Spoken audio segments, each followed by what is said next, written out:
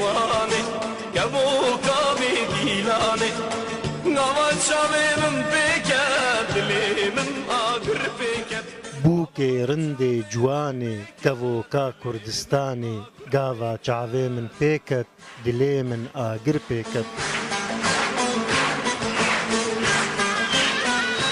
خودی ئێوان گوتنان هەلبەستوانێ کورد محەممەد عەلی حسۆ کو وەک نوژەنجی دهات بنافکردن 2/4/2016 لە باژارێ قامشلۆ ێ ڕۆژاوای کوردستانê di 86 ساڵیya xwe de کۆچا dawî kir. محەممەد عەلی حسۆ di sala 1930 de li gundê Mozan yê girêdayî bajarê Amûdê li Rojavayê Kurdistanê ji dayîk bû û jiyaneka zor û dijwar derbas kir û ji ber xebatên xweyên siyasî gelek caran hat girtin û di zindanên Sûriyê de rastî îşkenceyên mezin hat.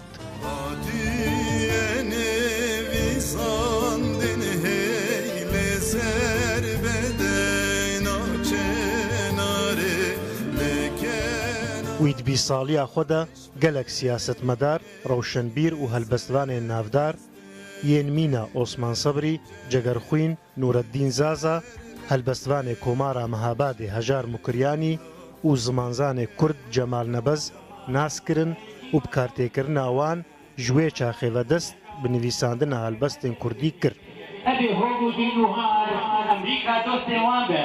mîna herga bû her car sed heleb terçê bibin em jiya xwe nayên.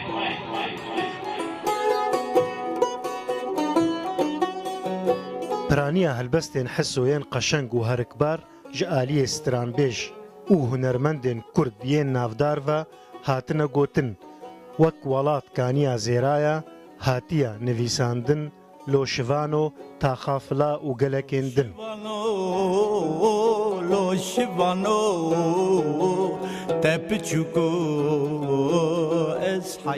Hesۆ di sala 2008 de hêjayî xelata Cegerxwîn ya helbestê hat dîtin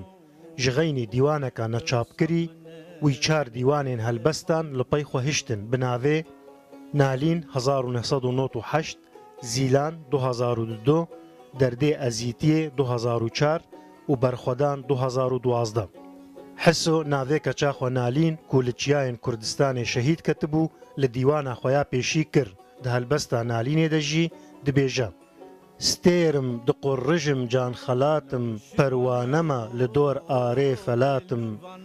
karkerim tim li karim ez roj û şev bêhedanim wek Dicla û Feratim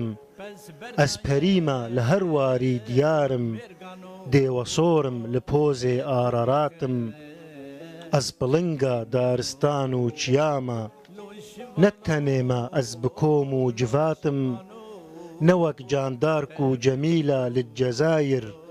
ez hîn bêtir ji wan zêda du qatim. Bessam Mustafa, Rûdaw.